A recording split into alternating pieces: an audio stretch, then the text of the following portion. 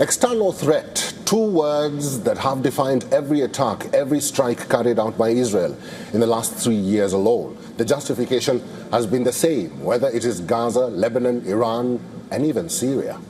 Now, the latest Israeli strike that Israel conducted on Syria has been blamed on Turkiye. Remember, Israel targeted and struck an airbase, in northwestern Syria.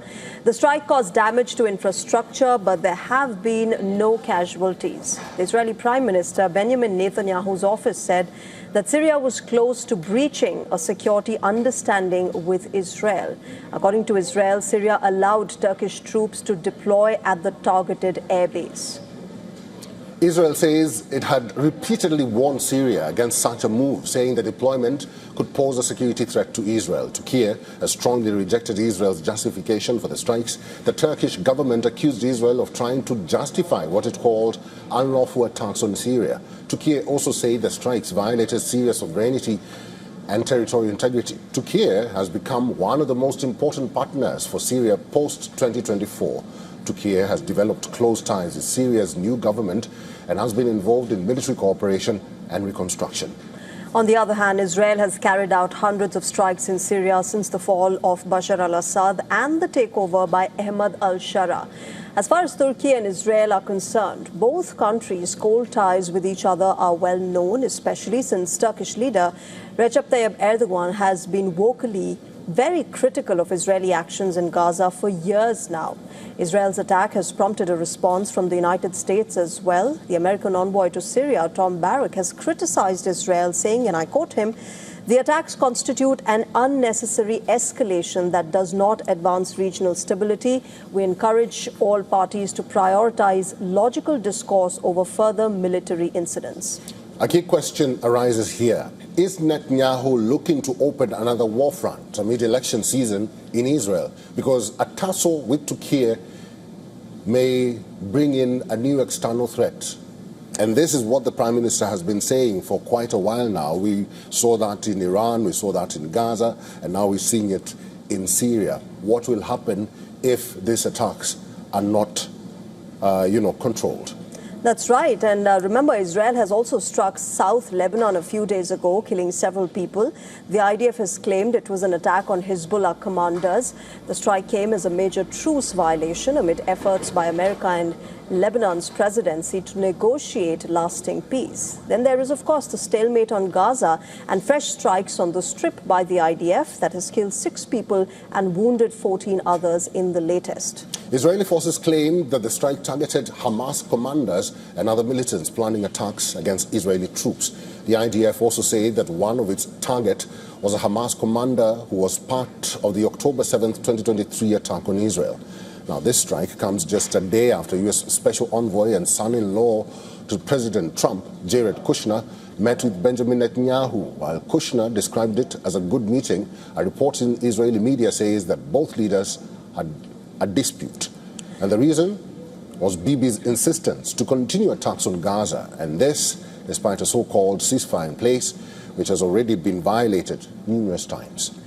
Jared Kushner appears to have failed in breaking the deadlock on the Gaza peace board proposal and Israel's demand of full Hamas disarmament before the IDF forces initiate any withdrawal from Gaza.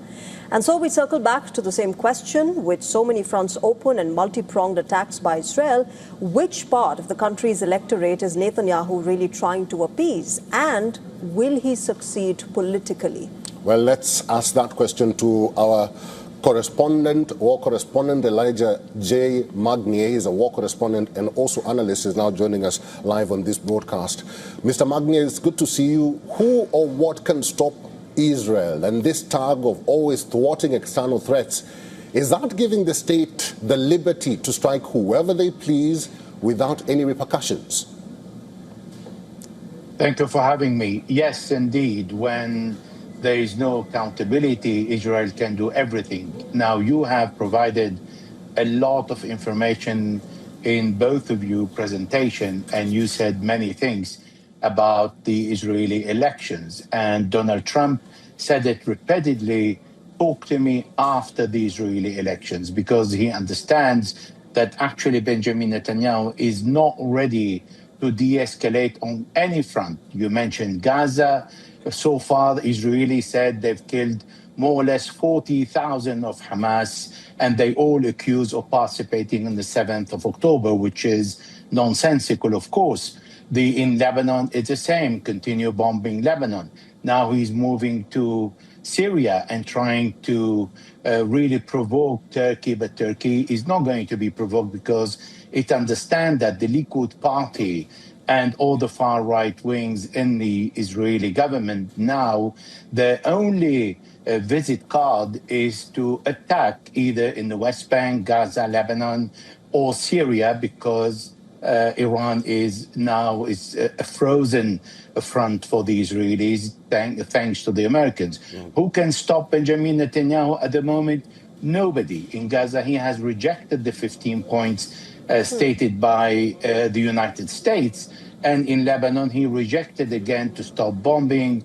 And in Syria, we have heard what the U.S. presidential envoy reply that actually Benjamin Netanyahu is jeopardizing the stability in Syria.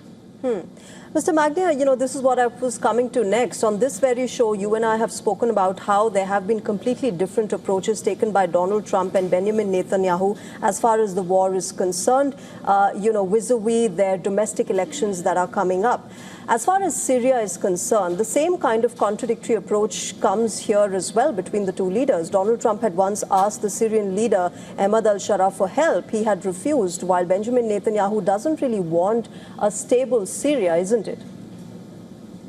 Yes, that is correct. He doesn't want, because any peace agreement with Syria means a withdrawal of the Golan Heights that President Trump in his first mandate gave it as a gift to Israel. Moreover, the Israelis now occupy the Syrian part of the Mount Hermon. They occupy the Quneitra. They occupy part of Terah, and they claim to defend the Druze of the Suwaida. We're talking about the south of Syria. Therefore, any agreement between Israel and Syria will have to stop Benjamin Netanyahu's plan that he voiced of greater Israel, which means part of Syria will go to Israel. Mr. Elijah J. Magnier, we'll have to leave it there. Thank you very much for all your insights and opinions today. Thank you for having me.